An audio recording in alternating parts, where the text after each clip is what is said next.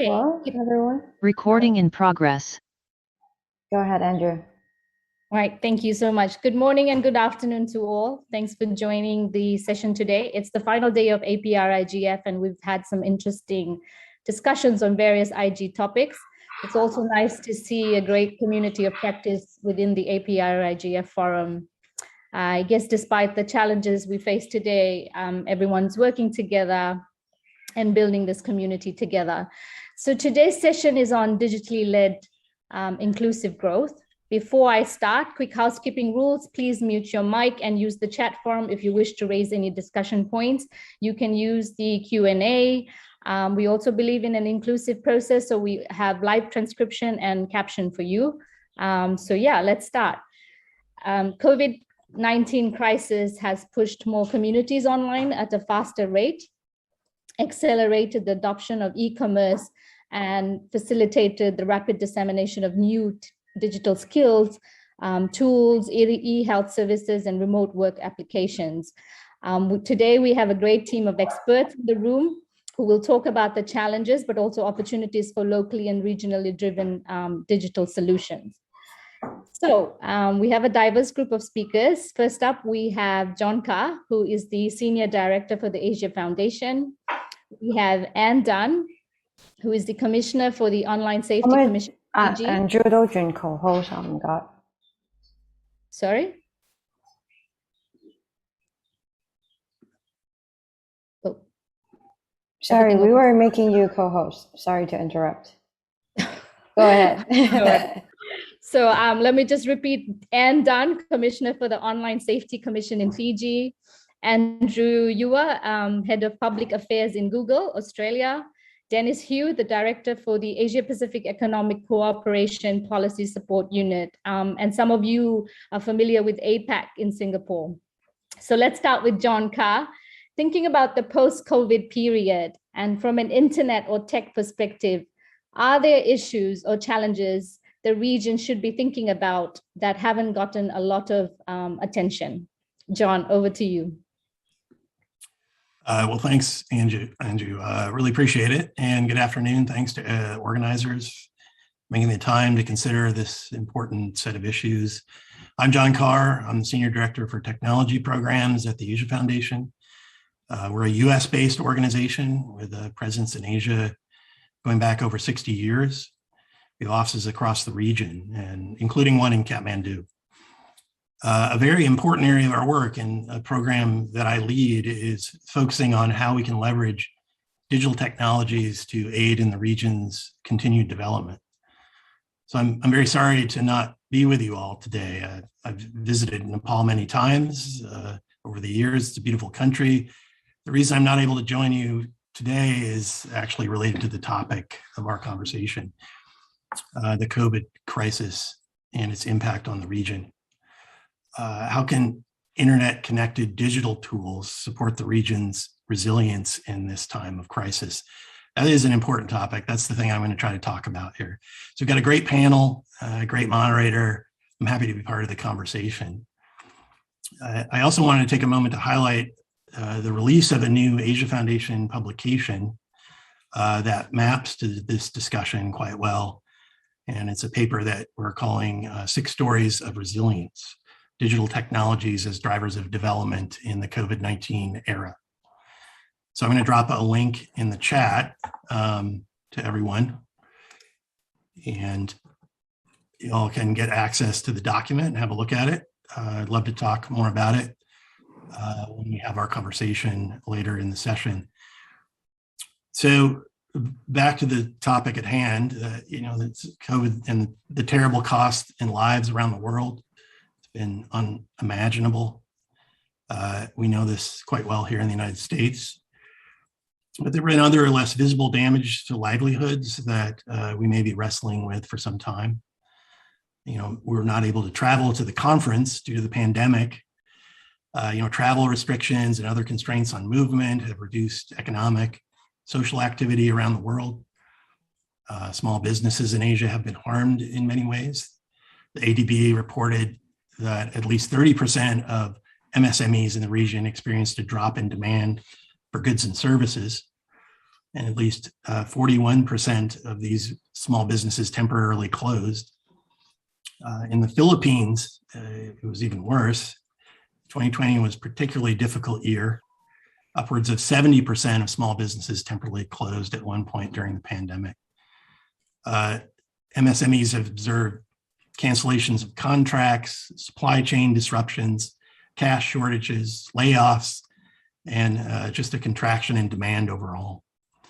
Same goes for rural communities. Small farmers have suffered disruption in logistics, limiting their market reach, affecting their income. Children are bearing extremely high costs because their education is being disrupted. Students are missing large portions of the school year. More than 20 million secondary age girls could drop out of school globally, and 1.2 million in East Asia and the Pacific region. So these are significant effects that will persist for some time. Provision of healthcare has been constrained. The region is understaffed when it comes to human resources, staffing clinics and vaccination sites. And so there's a human toll here. And specifically for developing and middle income countries, there'll probably be setbacks. So one way to think about this is through the lens of the UN SDGs. And prior to the pandemic, less than a decade away from the deadline for meeting these objectives, we really didn't appear to be on track to meeting them. And now with COVID, it appears even more challenging. So this is a real problem that development professionals think about quite a lot. And the pandemic seems to be putting up more obstacles to the region's development. But digital tools may present some path to recovery. I think that's, what our paper is talking about. That's what I'd like to talk about in our session. Digital trends have accelerated in the region. Virtual and remote work is one example. We're on a virtual call here. Where adoption rates were slower, the pandemic appears to have accelerated or given new life to trends. Online education, remote healthcare are some examples. And when we think about it, we think perhaps these changes are likely not transitory. Businesses and education providers have invested in digital adoption during the pandemic. Workers are receiving training and upskilling using online platforms. Consumers are changing their preferences. They're really leaning in on digital transactions. Patients are receiving healthcare using telemedicine at lower costs. So there's also this interesting component of a mix of online and offline. We're calling this sort of hybrid work going forward. Telemedicine and in-person care is one example. And this may persist for some time going forward. It may well be permanent. So these digital tools are enabling a kind of repathing of traditional ways of working. So we're moving from one path to another, and that change might be permanent. It really depends on how people value these new approaches and what they're getting out of them. So looking beyond this period, hybridization is likely to have profound effects on international development as we emerge from crisis-driven digital transformation, acceleration of hybridization, particularly in the healthcare sector, education, MSME development. This ultimately could actually enhance our efforts to achieve UN SDGs. So at the Asia Foundation, we're really looking closely at how digital technologies are building COVID resilience, shaping and accelerating recovery. We feel these new approaches are really diffusing within APAC in ways that are likely to persist post-COVID. So back to the report, we highlight different dimensions of what we call digital resilience in the COVID era, really through personal stories from across the region. In Vietnam, small business owners are accessing new skills and training. They're using a platform called Go Digital ASEAN, which the Asia Foundation is working on with Google across the ASEAN region to provide new technical skills for small business owners. During this COVID period, it's all online. And it's really interesting how many people have been trained thus far. Over 150,000 small business owners in the ASEAN region. We talk about a data scientist in Indonesia with advanced technical skills, but still able to develop and sharpen them using online courseware during the pandemic, not able to attend class, but still able to build their skills in critical areas. Farmers in Cambodia accessing new online buyers during the crisis, new healthcare tools using AI to identify at-risk patients, and a really great story about an online platform that helps organize volunteers in Malaysia to volunteer at vaccination centers in the country. So APAC is really sort of adapting to the COVID's challenges using digital tools. It's really interesting to see it happen. Digital appears to be really key to supporting the region's resilience during periods of crisis. These are new opportunities that are developing and could shape and accelerate the region's recovery. And also, again, I mentioned before this idea of redoubling our effort to achieve the UN SDGs once we've dealt with the problems of the pandemic.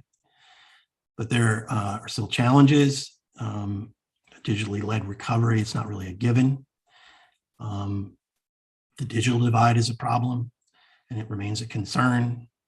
By 2019, only half the global population, nearly 20% of people in the least developed countries had access to the internet. Digital divide has a significant gender component. Policymakers need to take that into account. Globally, there are 300 million fewer women than men able to access the internet.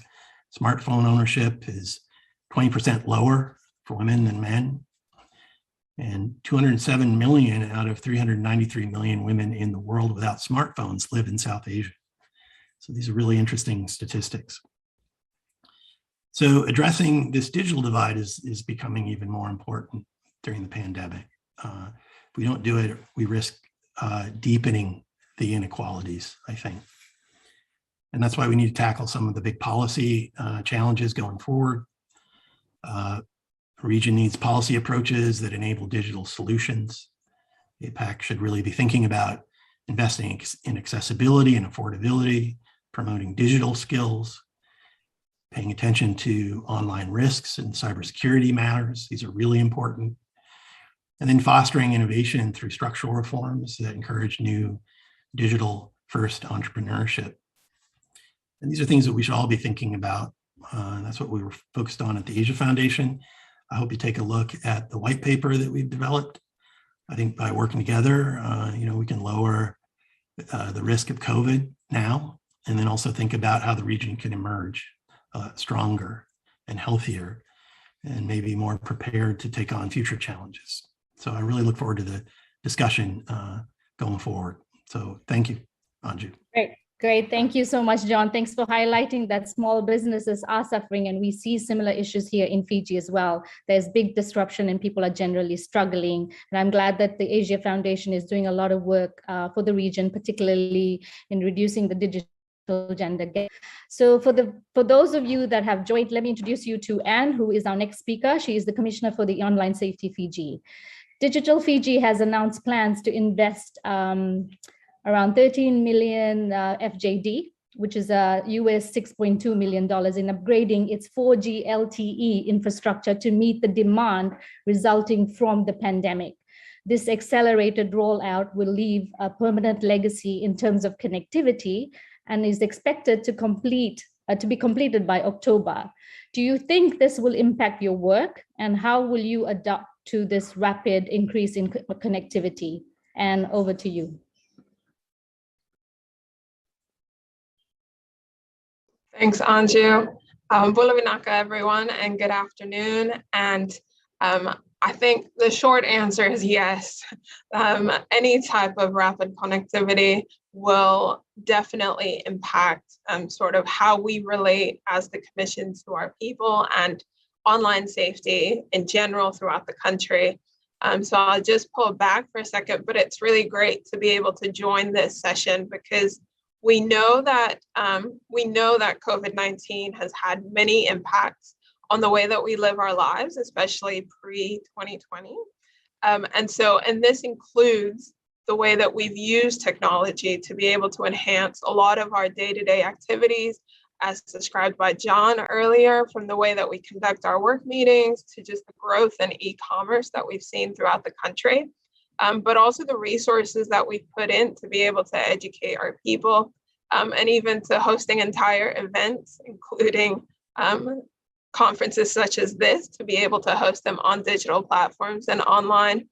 And we've seen Fijians in many of our Pacific Island countries have harnessed sort of the positive nature of what technology gives us and what it gives us the opportunity to do. And so with at least 70% of our population here in Fiji noted as internet users, and 65% of us being able to access the internet from our mobile devices, we've definitely witnessed a dramatic but largely positive response to sort of that shift to digitalization. And so I do note, however, that some of the efforts to transition to digitalization is in its teething stages. Many of our government facilities had swiftly made the efforts during our most recent experience with COVID-19 in April of this year to better serve our people using the technologies that were available. And one of the clearest examples of this was when we rolled out the Care Fiji app throughout the country during our COVID-19 nationwide restrictions and lockdowns, which took place between, I think, May to July. But this really helped our health sector sort of benefit from its contact tracing abilities. And so we've seen the growth in technologies from connectivity around the country, creativity, and being able to shop online, and even the gaining momentum of paying things at the supermarket through scanning of QR codes. And so we note that COVID-19, and I think John had mentioned this earlier, is that this global pandemic has really escalated the move to digitalization, and that's visible here in Fiji, mostly in our urban areas. However, it's also stressed a lot of the challenges. And so if there's one thing that we've also noticed at the Commission that has also consistently been on the rise is the challenges for us that we now face as a society, as communities, to be able to tackle some of the ills that have come with the technology, not necessarily the devices themselves, but with the way that we use it. And so we've witnessed a rise in reports of online abuse here at the Commission.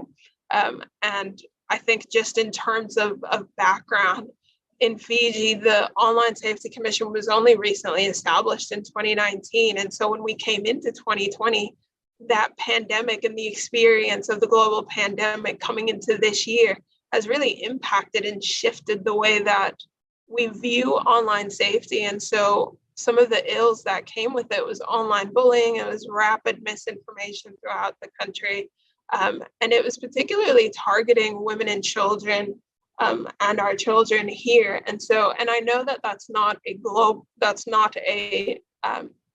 not unique to Fiji. It is a global issue when it comes to the way information is shared. And so we've witnessed that rise in reports compared to our 2 years in the recent months. And it's evident that online bullying or harassment of our women, and even non-consensual image sharing on social platforms, on social media platforms, have become these social dilemmas that have really devastated and have impacts on our businesses and the way that people do their work day to day, especially as we shift out of our COVID-19 experience from April here in the country, where we've recently just had our curfews shifted from 9 p.m. or from 4 to 9 p.m. to 4 to 10. And so just having our borders sort of open up domestically have really given us the opportunity to sort of step back and look at what the 4 months or the recent 6 months have really done for us and how we've used our platforms in these digital spaces. And so there is a great need to empower our people to use technology safely and responsibly. And part of our role as the Commission is to be able to facilitate and advocate for that We provide valuable resources online through our website, but also reaching out to communities, working with law enforcement to be able to do that, and hosting even programs such as our online safety champions to be able to harness the better opportunity or the advantages that are given through these technologies. So we know that while there are risks that that come with any sort of new venture, we do think that Fiji is at a critical point in sort of deciding where we are technologically to be able to decide for ourselves how we choose to enjoy sort of the benefits with the growing connectivity, and noting that program, like as infrastructure grows, so does the ability to be able to empower our people to use that infrastructure and use that technology wisely and safely. And so we recognize that neither government institutions or digital providers could resolve any issue isolated. And so there is a need for multi-stakeholder engagement. And so we recognize that digitalization will definitely require everyone to participate and explore what works for us and what doesn't work for us in terms of the society and the culture that we bring from our offline values to our offline environment or to our online environments. So I am looking forward to this discussion and just exploring what digitalization looks like specifically for the Pacific and for Fiji. Vinaka. Thanks, Anne. For a small country like Fiji, it's important to shift to digitalization, particularly for governments to come up with approaches to connect the unconnected in outer islands. But it's also for other sectors to be prepared to some of the emerging issues, like you said, the rise in reports of incidents and cyberbullying and online threats. How do we manage that, and what can we do in terms of cross-sectoral approaches? So Andrew, going to you now. Coming out of the COVID crisis, what does recovery look like for Asia? And what is the role, what role does Google play in it? One aspect of the recovery will likely be led by startups, which have the capacity to address hyper-local needs in ways that other stakeholders might not. With the pandemic in mind, how is Google supporting the internet startup community in the region, given that we have the pandemic? Thanks so much, Andrew. And let me take those two questions in turn, but let me please start by wishing everyone in Nepal the best. A shame not to be there. I love Nepal. I'm speaking from the Sunshine Coast in Australia, sort of midway up the east coast of Australia. So I just want to acknowledge I'm here on the home of the Kabi and Jinibara peoples, the traditional custodians here, and I'd like to pay respect to their elders, past, present, and emerging, before speaking. To come on to the first question, I think Asia Pacific was hit early and hard by the pandemic, but we've seen incredible resilience and adaptability across the region, and technology has been critical to that response. We see it in the use from governments who use and continue to use digital platforms to share vital health information, and we've been very pleased to have been supporting with our exposure notification API, but you also see a lot of technology in terms of, who knew QR codes would make a bigger comeback in many countries. So it's been a big part of that recovery. People have been able, as John was saying, to continue working from home, preserve their jobs. Small businesses have shifted their operations online and learned how to use new digital tools on a massive scale. A trend I think that was already happening, but greatly accelerated from COVID. Schools, teachers, and students have managed an unprecedented, almost overnight shift to remote learning, and massive hats off to those parents who were able to manage through that homeschooling. But in all these areas, Asia Pacific was first affected, and Asia Pacific modeled how to respond. And I think a key part of that is thinking through then what are the blockers as we look to recovery. What can enable that? What are the blockers? And we did some work with Temasek and Bain last year, report on Southeast Asia to identify what could those blockers be.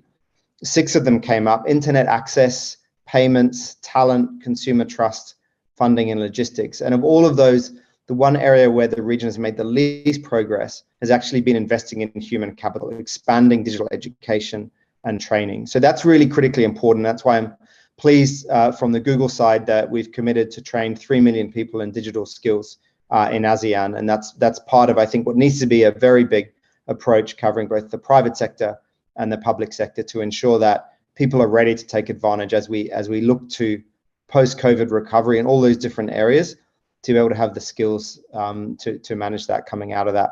Partnerships, in other words, is going to be really critical. We work a lot, for example, with the government of Thailand on Safan Digital, in Indonesia, together with local tech companies like Gojek, also universities and the government on a project called Bangkit, which is designed to help develop young digital talent. And that program is expanding. Similarly, a great partnership with ASEAN, the ASA Foundation. So thank you, John, for working with non-profits across ASEAN to help 200,000 small business owners or workers get the skills they need to digitize. And importantly, half of those are women. So in terms of kind of like recovery, the digital infrastructure is really critical. The human capital is really critical. It's maybe worthwhile thinking about it on a kind of sector specific basis. So if you look at tourism, for example, that's an industry that's been incredibly hard hit. So we've been working a lot with the Vietnamese National Tourism Administration to try and help in specific ways for tourism recovery, both in terms of using digital tools to help the government understand underlying demand and make better informed decisions about when recovery will happen and how to manage that, by helping tourism businesses go online and understand how to navigate the online environment. And we've trained 330,000 businesses in that area, many of them tourism businesses, by really helping to create the tools for the natural talent of Vietnam to come to life. And we've been working with YouTube creators in Vietnam to produce videos that inspire people to visit Vietnam as the lockdowns end. And finally, we've been working to showcase Vietnam through our arts and culture online program. And I encourage everyone to go check out the Google Arts and Culture website and look up Wonders of Vietnam. It's got these amazing exhibitions and pictures highlighting the top tourism spots in Vietnam. So that's a long way of saying, just by way of example of tourism in Vietnam, that there's a lot of ways that I think technology in general can help support the post-COVID recovery. And on the startups piece, I'll just be quick on that. We know that if startups succeed, local communities and economies do too. And that's really the grassroots of the future economy, and those small startups in each country can develop into really substantial businesses, employing people and driving the economy. And if you think about Asia Pacific, it's a tremendous opportunity. 2.8 billion smartphone owners, growing economic weight. Many of Asia's domestic markets are enormous, but cloud services are helping people also scale globally cheaply. On the talent side of things as well, there's a critical mass of the type of generalist engineers who do well in the startup world, joining founders within Asia's traditional engineering hubs of the past few decades, like Beijing, Taipei, Bangalore, Seoul, Tokyo, but also in the newer centers in Southeast Asia. And the attitude towards technology in the region, I think, is quite different and gives us tremendous opportunity and potential as well.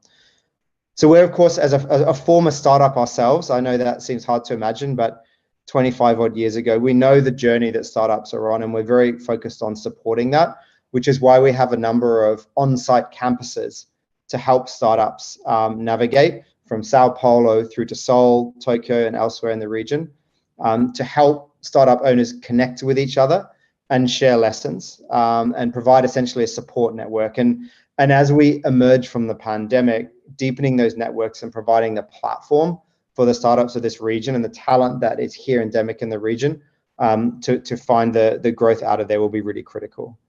So I might just stop there and acknowledge, again, thanks to folks for this panel and look forward to it further.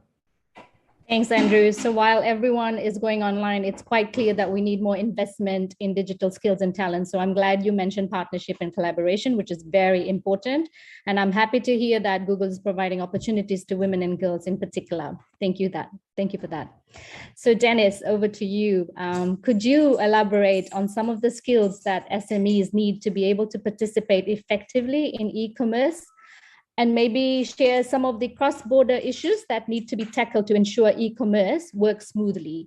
Maybe you could also share some ongoing APAC initiatives, pertaining to the digital economy work that you're doing on e-commerce.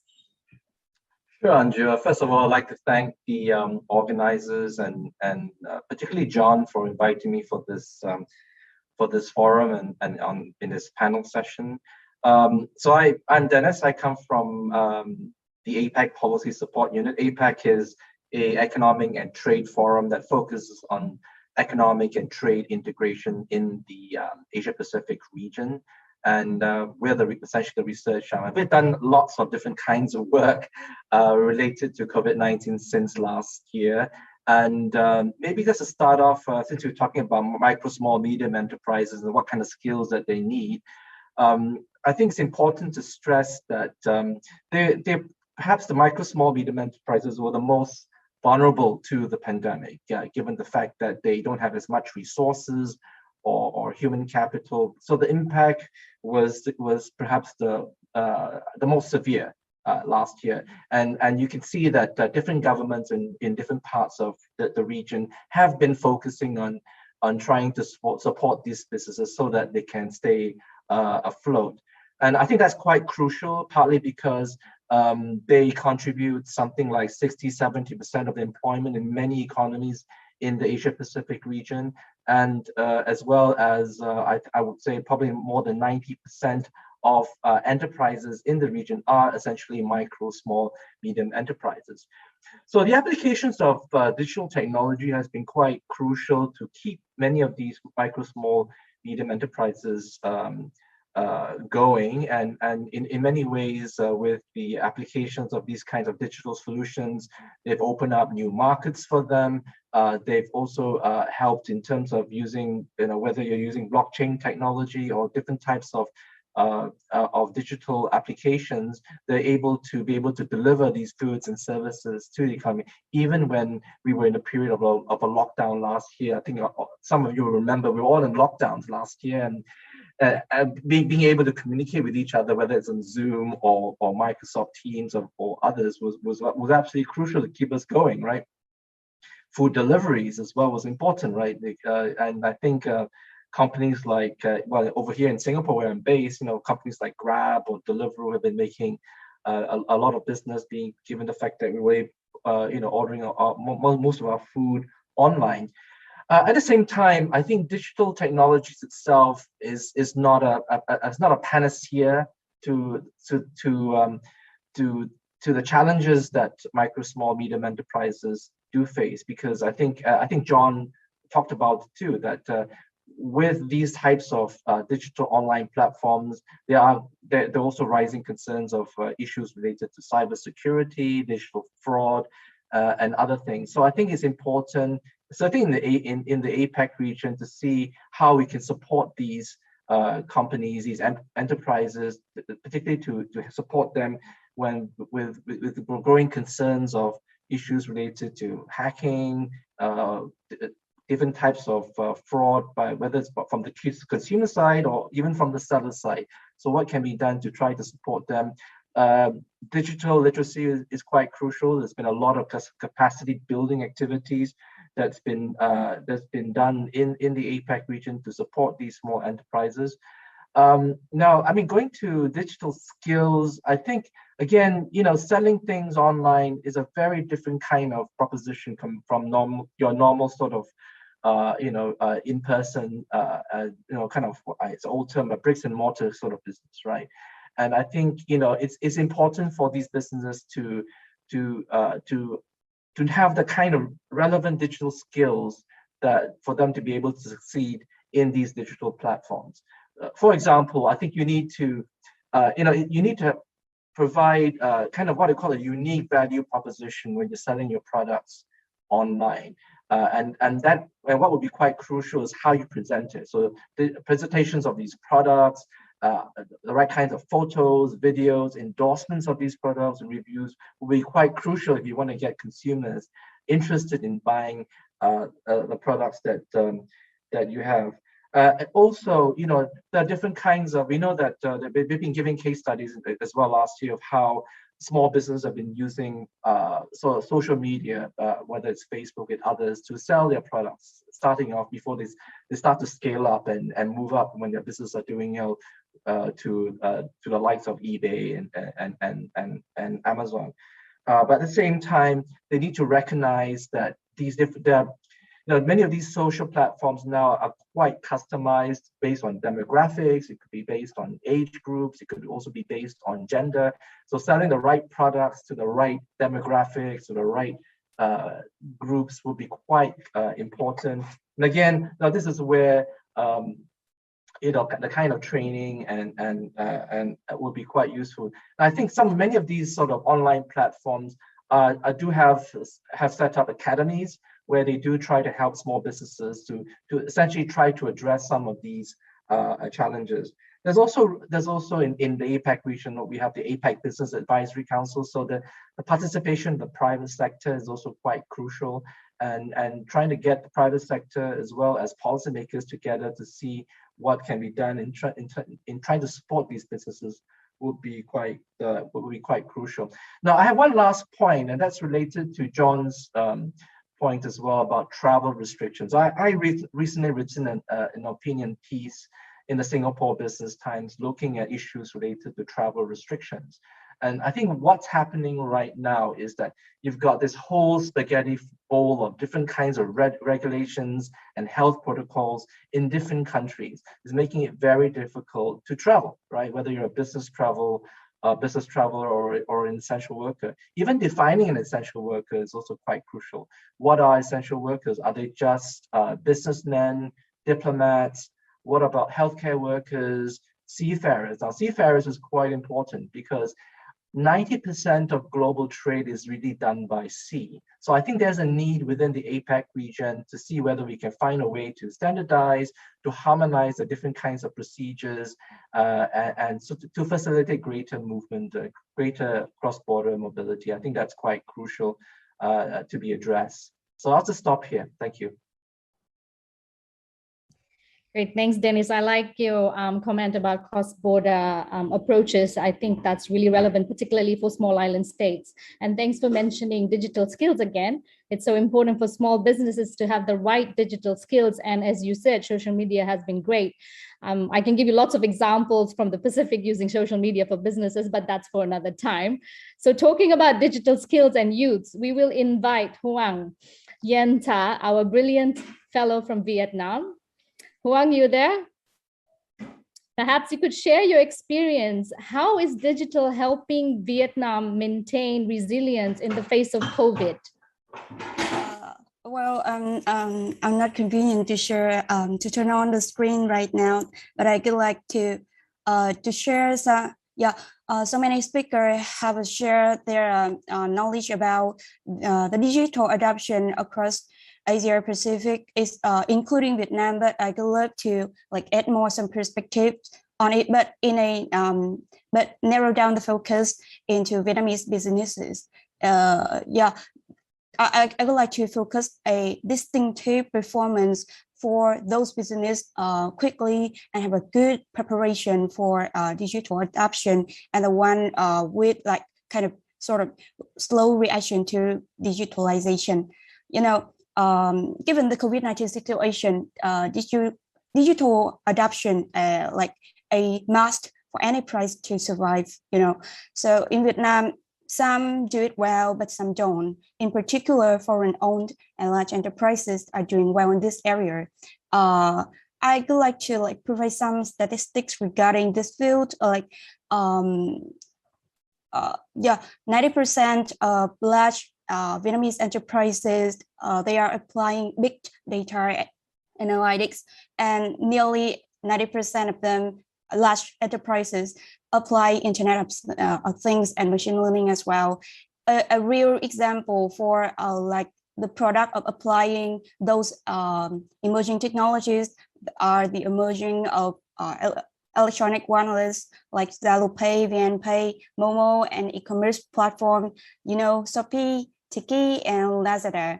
However, the state-owned enterprises and small medium-sized enterprises in Vietnam are just at the beginning of their digitalization journey in terms of capacity and management.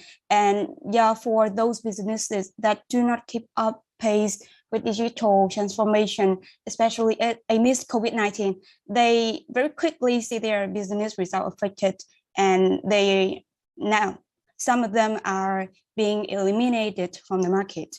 To solve this problem, our government and also NGO like Asia Foundation are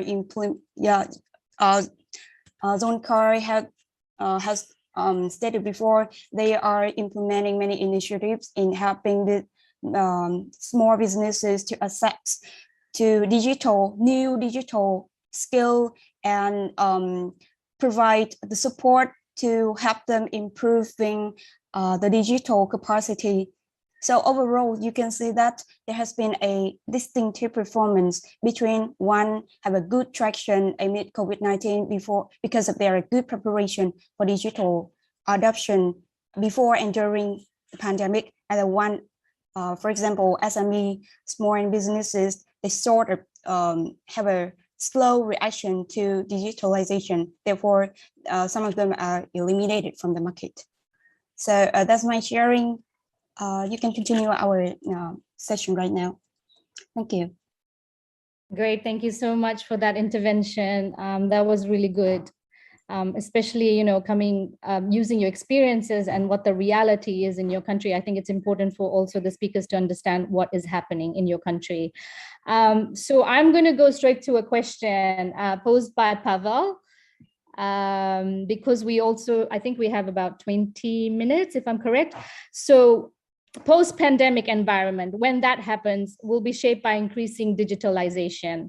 A lot of the firms have not adopted to key digital technologies because of lack of awareness about technologies and also lack of adaptation. What can firms in the Asia Pacific region do differently to make sure they do not fall behind the race during the new normal? John, can I ask you to respond to that, please? Sure, Andrew, that's a great question. I think that accessing digital skills online, which is something that we're doing with Go Digital ASEAN in partnership with Google and with the ASEAN community at large, is one really great opportunity or way of thinking about accessing digital skills, so that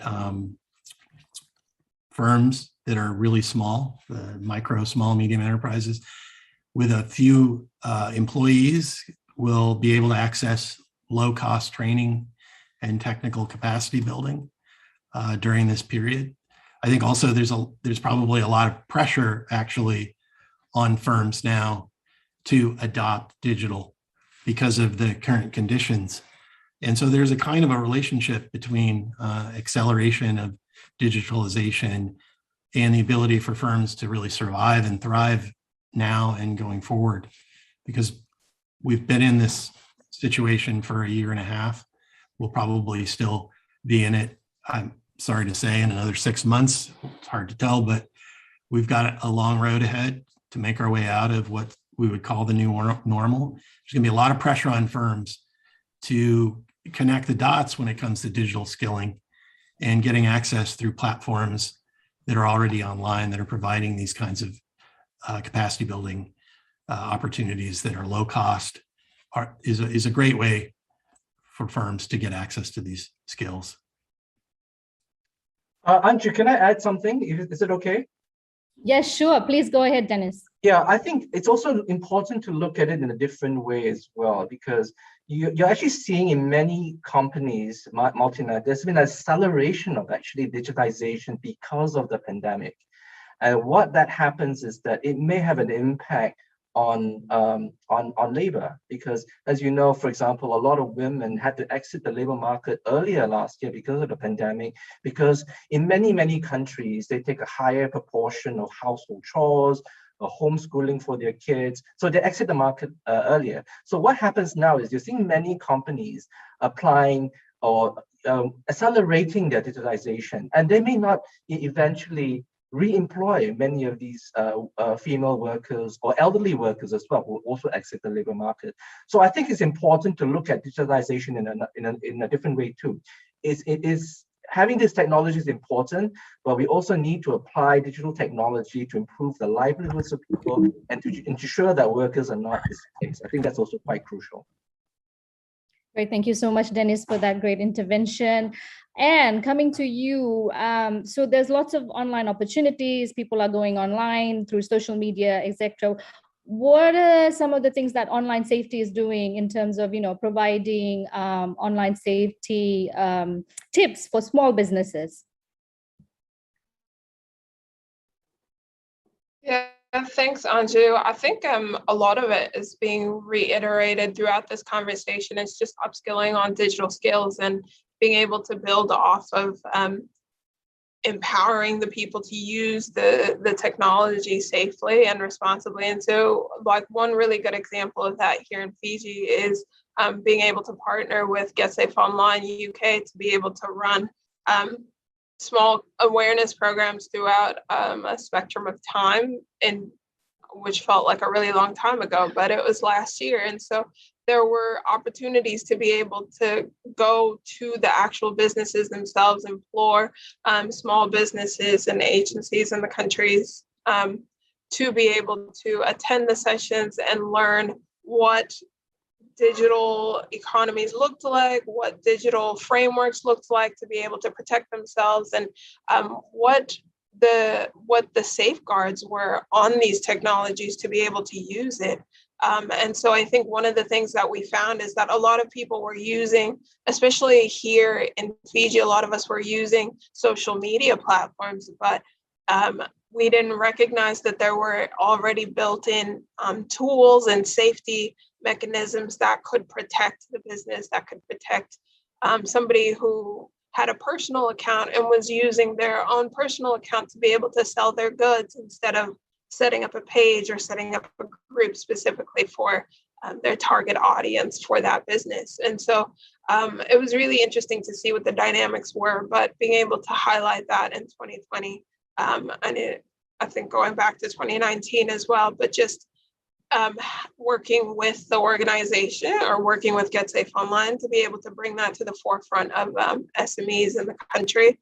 But also one thing that really helped that I will touch on is the language barrier in the country is something that was targeted by Get Safe Online in their website. And so the implementation of having local content really reached and benefited a lot of the SMEs and the business sector, because the website was done in the local language, and people were able to access that resource and freely have those advice, even if they didn't have sort of their own ICT team or online safety teams within their own businesses. So that was a really good component of that program.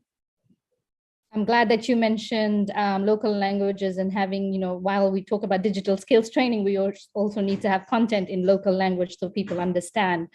There is an interesting question on internet shutdowns, and I think I'm going to rephrase it. And Andrew, this might be for you in relation to internet shutdowns, because businesses cannot go on, online business cannot go on if you have internet shutdowns. Do you have any comments on that? And this question is from Nisar. Sure. Well, it probably comes as no surprise that we would not be fans of internet shutdowns. I think that, post-COVID, for all the reasons we've just talked through, I think as a group, really critical way for people to stay in touch in times of crisis, really critical way for people to find new ways of doing things and keep their livelihoods running. So I think that, for all the reasons we've outlined around the opportunities that entrepreneurs in this region quickly found when they pivoted online, and for all the reasons I think that we discussed around the role that it can play in even in health information, and for people to access the information they need, during COVID to keep their families safe and healthy. I think there's a really strong role for the internet there. Great. Thank you so much, Andrew. I see a lot of comments from Shrideep and also Ashirwad. Would you like to talk about some of the things that you mentioned in terms of policy and the lack of policies for digital and small businesses? Shrideep, I'll hand it over to you. Yeah, thank you, Anju. This is Shrideep from Nepal, and I think a lot of the speakers have covered a lot of issues, and I strongly believe that COVID was not just a challenge, but was an opportunity for all of us. When I say as an opportunity, I mean to say, everything went digital. We are reachable to the unreachable people, though we have certain infrastructure and resources problem that we kind of like grew and over adapted. But the problem is, at the fine point when we talk about the major issue was that we encountered is the communication issue. And even at local government level, the leaders, the policymakers were hesitant about what to do, what not to do, whether to use social media as a means of communication. And I think the best example is Facebook. They came out with a certain, the whole thing about having a policy about the COVID-19, and they had their own centers established, and that was a good thing. And I strongly believe that in the internet community, when these things are happening, the community should unite and create certain kind of packages for these governments, these lower economies government, where they lack awareness, and we have to reach out to them, tell them you can use these communication tools for better reaching out to the communities. Because even at my level, I had created a group in Facebook where I was able to spread out good information, valuable information to the public. And even the Nepal government used the social media this time, and it was quite an effective way.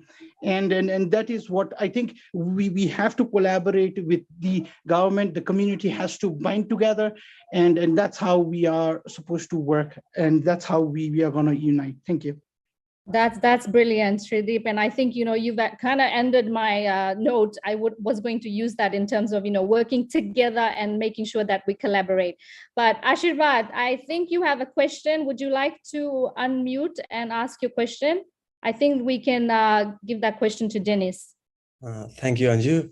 Hello, everyone. This is Ashirwad from Nepal. So first of all, there's some intervention that I would like to make. As soon as the COVID began around April in 2020, we partnered with IEEE in an industry connection program to find out the gaps that was especially in the education ecosystem, especially in terms of digitization. And we had identified few gaps. The gaps were in terms of accessibility. We had to think about the infrastructure, the connectivity, as well as the language divide. So this gap in accessibility was not technological. If you talk about infrastructure and connectivity, that's a technological side. But when you talk about language divide, it has both. It has a technological side, but it's more of the human side when it comes to language divide. And similarly, in terms of literacy, there was gaps in terms of digital content and solution, skills for teaching and learning, and there was a big industrial skill divide. So I think that I saw some chat where richer people were getting richer. We were talking about that. And that's what industrial skill divide is doing. So the people with industrial development who already have industrial skill, their skills are being advanced, whereas the people who do not have, their skills they still need more skills. So there's this problem. In terms of assessment, it's very hard in digital world to measure the quality of learning or learners' engagement in terms of young kids. And in terms of security, there are cybersecurity, there are issues of human resilience, and there are a lot of future implications that we even have not thought yet. We don't know what future implication this whole digitized world is going to give. So with all this, we found that there was various multi-dimensional complexities that existed in marginalized population, especially young women, internally displaced people, refugees and all. So with all this on frame, my question to Dennis was that all this gap was identified because of one thing, that is digital poverty. United Nations and everybody are trying to eradicate poverty, but they are focusing on economic poverty. But nowadays, not having enough device is a kind of poverty. So my question would be, how do we address this digital poverty, and how do we find out the future implications that this might carry out? Thank you so much, Ashirwad. That's a brilliant question. Dennis, over to you from an APAC point of view. Thank you. You're absolutely right. I mean, you know, in many ways, we already had an economic divide before the pandemic, and that's, I mean, we've seen that even in APAC. But the pandemic has actually deepened that divide. And once you look at it in terms of the economic divide, there's also quite a significant digital divide within the APAC region. Right now in the APAC region, only 60% of the population have access to the internet. So you have another 40% of the population that don't have access, partly because in many economies, you know, there is insufficient digital infrastructure. There's also insufficient digital training and education. So I think one of the ways we need to address is to get policymakers, the private sector, and others to come together to see what needs to be done in trying to bridge that digital divide. Because if you can bridge the digital divide, you can also bridge the poverty divide. It's all interconnected.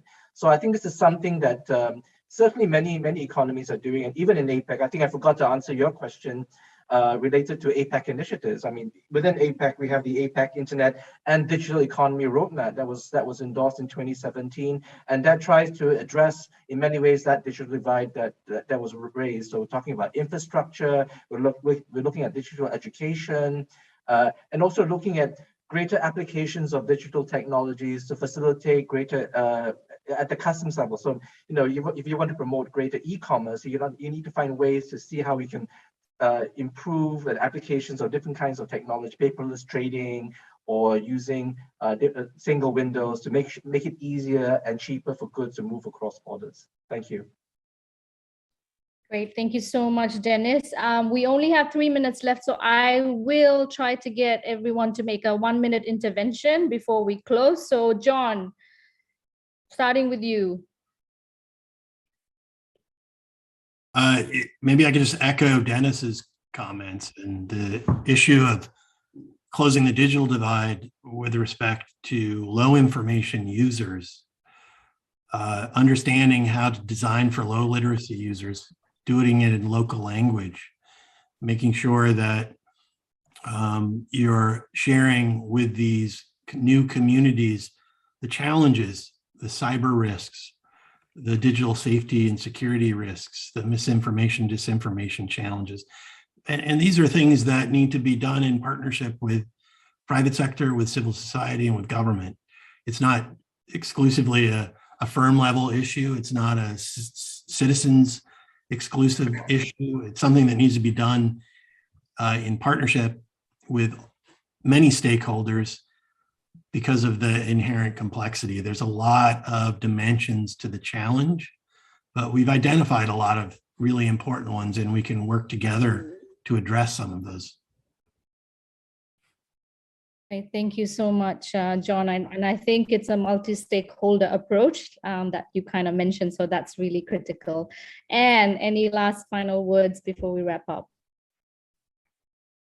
I was just going to echo that same sentiment, and I had mentioned earlier of multi-stakeholder engagement, because it's really important, and to be able to have that local context and that local content also connect with the people that we're trying to build these technologies for and trying to safeguard our people for. And so really a lot of it is, while there might be a lot of people at the table, at least having that sort of understanding across the board is really important, because it's not just a digital issue, or it's not just a cyber issue, but really tackling it from the grassroots up.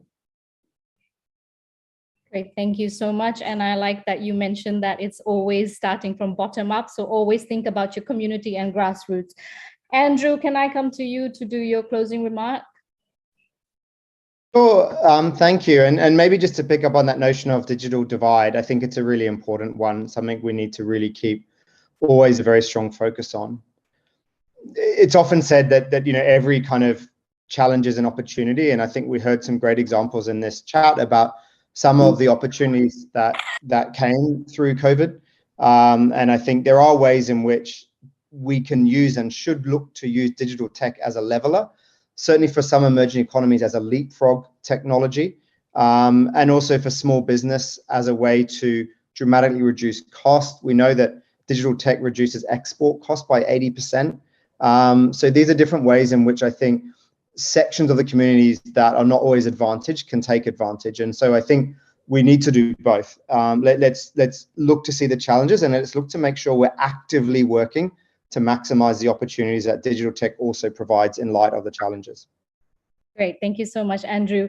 Dennis, you have the last remark, but there is a question that I would like you to quickly address. It's regarding the cross-border digital payments without depending on financial institutes to upgrade their core banking system.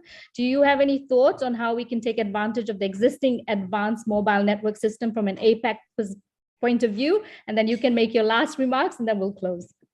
I think there's already been, we have a finance ministers process in APAC. So they've been talking about different types of fintech and applications. And to some extent, it's already happening now with these sorts of financial technologies. It's actually helping a lot of small, medium enterprises to with their cash flow and other things, right? But at the same time, I personally believe that your financial institutions still need to be strong, otherwise, what you don't want to happen is that you end up with a bit of a financial crisis if things are not well regulated on the financial side. So my last point before I end is to say that yeah, we talked a lot about the digital divide, poverty divide, these poverty issues, economic divide. I think it all boils down to this. As we move towards the post-pandemic environment, nobody is safe until everybody is safe, which means that everybody needs to get vaccinated, right? And right now, I think we all know that there's the distribution of vaccination is not equitable, right? So we are having those who have been the haves and have-nots. So I think it's quite crucial as we move forward to make sure that everyone, the whole population, as much as possible, gets vaccinated.